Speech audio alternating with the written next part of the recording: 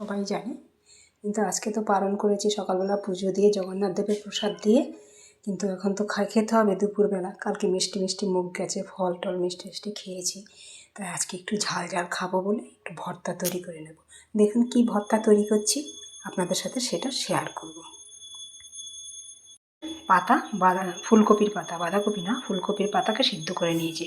এখানে বাদাম আর এই যে কাঁচা টমেটো, লঙ্কা আর এই যে ধনেপাতা আগে একটু অন্য কারণে পেস্ট করেছিলাম, আলুর দমে দেবো বলে সেটা রয়ে গেছে।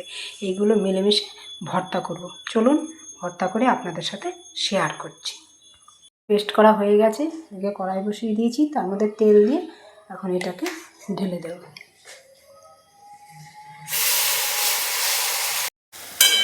আন্দাজ মতো নুন হলুদ দিয়ে এখন এটাকে নেড়ে নেড়ে শুকিয়ে ভর্তা করব। এই ভর্তাটা করে খেয়ে দেখবেন মাছ মাংস খেতে ইচ্ছে করবে। বাদাম, বাঁধাকপি নয়, বাঁধাকপি ভর্তাও করি, ফুলকপির পাতা ভর্তা, তার সাথে একটু টমেটো দিয়েছি, ঝাল ডাল টক টক মিষ্টি মিষ্টি, একটু চিনি দিয়ে পরে সেটাকে নামাবো। কী সুন্দর হয়েছে, এক থালা ভাত এমনি এমনি খাওয়া যাবে, আর কিছু লাগবে না।